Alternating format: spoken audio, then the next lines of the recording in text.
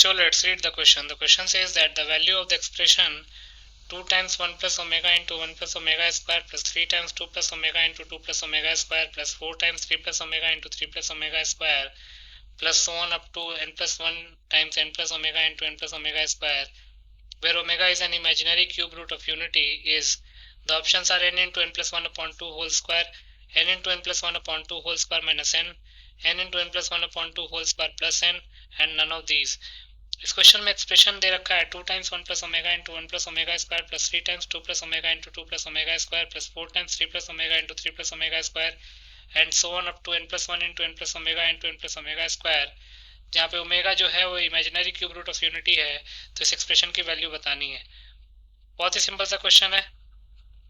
पहले हम की कॉन्सेप्ट लिख लेते हैं, तो लिख सकते हैं x square plus x plus 1 is equal to 0।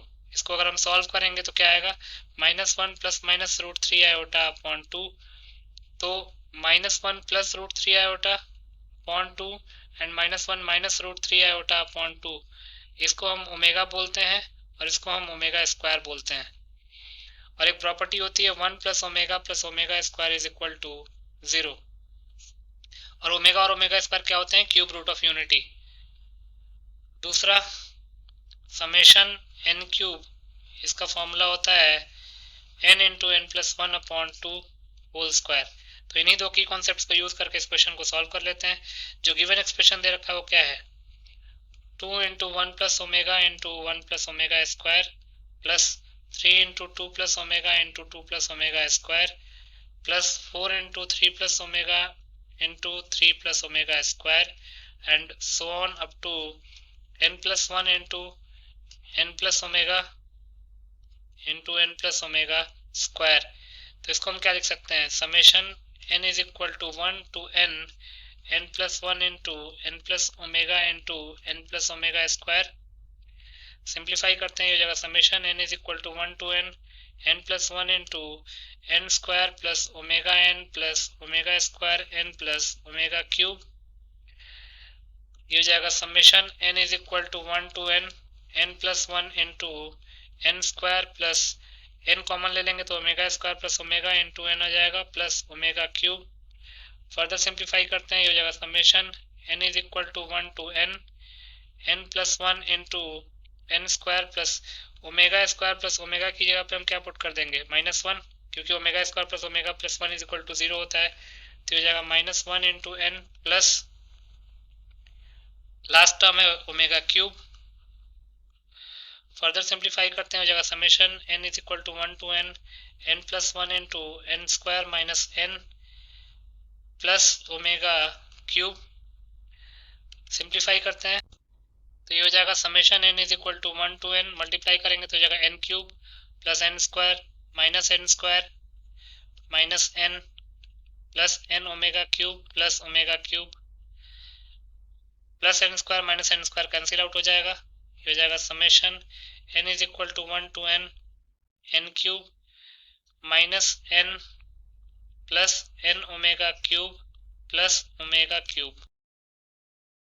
Further proceed करते हैं, तो according to the question omega is an imaginary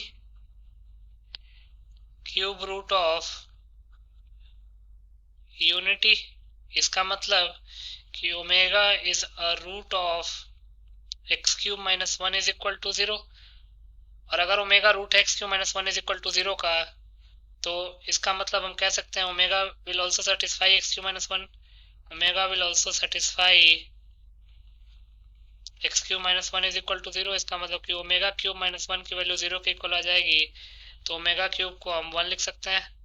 तो जहां जहां ओमेगा क्यूब होगा वहां वहां 1 पुट कर देंगे, तो इसको लिख सकते हैं is equal to summation n is equal to 1 to n cube minus n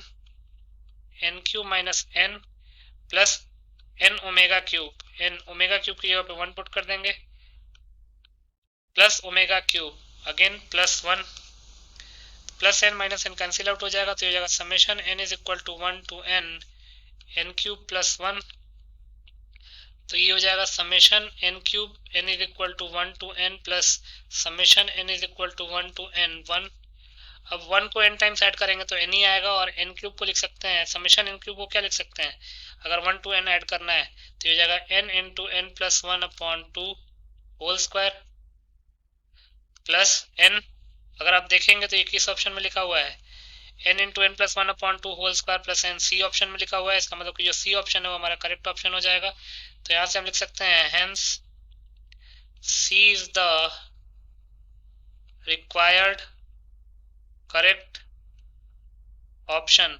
तो सी ऑप्शन को टिक कर लेते हैं। So C option will be the final answer. I hope you understood it well. Best of luck.